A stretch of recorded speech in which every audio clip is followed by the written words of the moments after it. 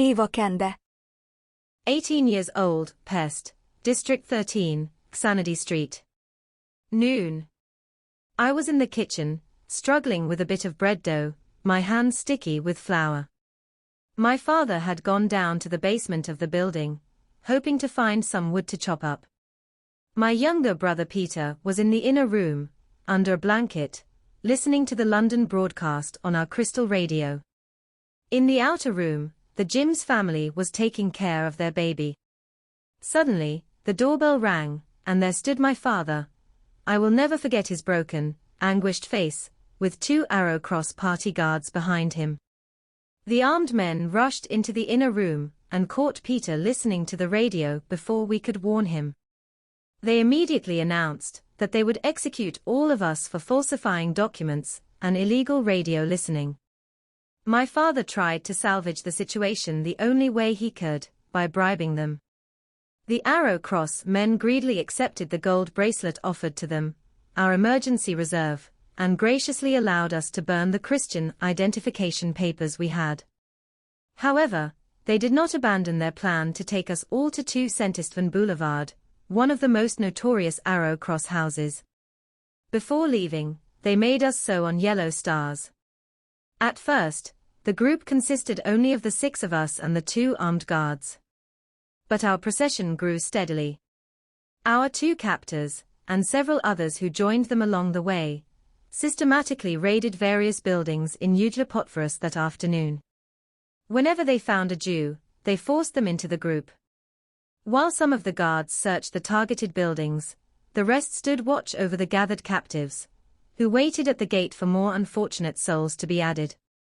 By the time our dejected group crossed the threshold of the Arrow Cross house, it was evening.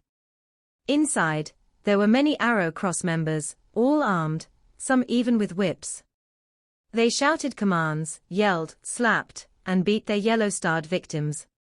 So many newcomers arrived after us that the Arrow Cross leaders and their subordinates couldn't deal with us immediately. We had to wait. The 3 of us, with my father, had the major crime of owning 2 radios, and were caught red-handed listening to them. The Arrow Cross interrogators beat my father almost beyond recognition in front of me.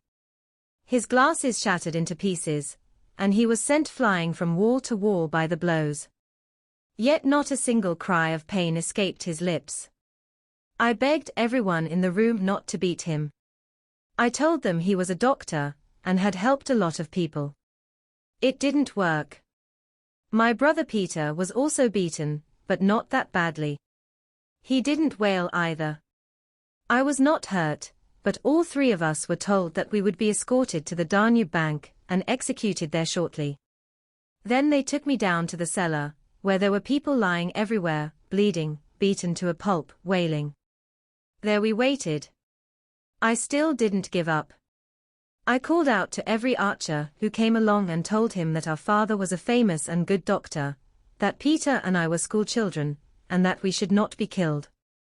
There was someone who would have been willing to sneak Peter and me out of the cellar somehow, but my father and I would have had to leave him there. None of us wanted that. I kept trying. A younger Arrow Cross man came into the room, and I began to plead with him as well. He showed himself willing to get all 3 of us out if I would sleep with him. His condition was totally unexpected. I was a virgin and certainly very naive. There was no one to discuss it with, and time was pressing.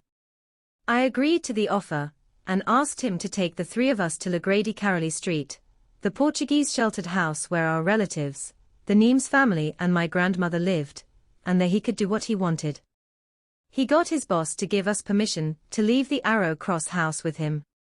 By then, it must have been around 1 a.m. We hadn't eaten since morning, but none of us thought about it. I remember the frozen streets as we stepped out of the Arrow Cross house. There was a full moon, and it was bitterly cold. The 4 of us were stumbling along the street, my father and Peter in front, and we, with the Arrow Cross member, arm in arm behind. I talked to him on the way, but all I could remember was that the short and slightly fat man was a butcher by trade and had come from somewhere around Sopron. I was partly glad and proud that I had saved mine from certain death, and partly terribly anxious to know what would happen when I should have to pay for the favor. Arriving at the safe house in the middle of the night, I said I'd better put it off until the next day, because it was late. I was tired, and I didn't know where to go to conduct such a thing at this hour. The Arrow Cross member agreed to the postponement, and did not press me any further. He did, however, stipulate that he would come the next morning and do the mowing. After this, we arrived at the home of our astonished relatives, the Nemes family, who were already terrified after being woken from their sleep, and even more so at the sight of my father and Peter. That same night, we discussed how I should disappear, or hide the next day to avoid the Arrow Cross militiamen. In the end, fate resolved everything. My acquaintance never showed up again.